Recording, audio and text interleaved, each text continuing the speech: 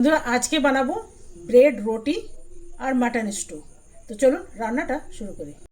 বাটিতে নিয়েছি হালকা গরম জল, এর মধ্যে দিয়ে দেবো ইস্ট, দিয়ে দেবো চিনি, একটু গুঁড়ো চিনি, দিয়ে দিলাম নুন। এটা একটু কভার দিয়ে রেখে দিই। এখানে নিয়ে নিলাম 2 বাটি ময়দা আর 1 বাটি আটা। এখানে হাফ চামচের মতন দিলাম বাটার, রুম টেম্পারেচারে থাকা। এখানে দিয়ে দিলাম চিনি গুঁড়ো 2 চামচ, সামান্য দিলাম নুন, আর দিলাম মিল্ক পাউডার 2 চামচের মতন মিল্ক পাউডার দিলাম। আর এটা হলো ইস্ট। এটা দিয়ে ভালো করে মেখে নিতে হবে। তো এটা মাখা হয়ে গেল, এরপর কভার দিয়ে রেখে দেবো।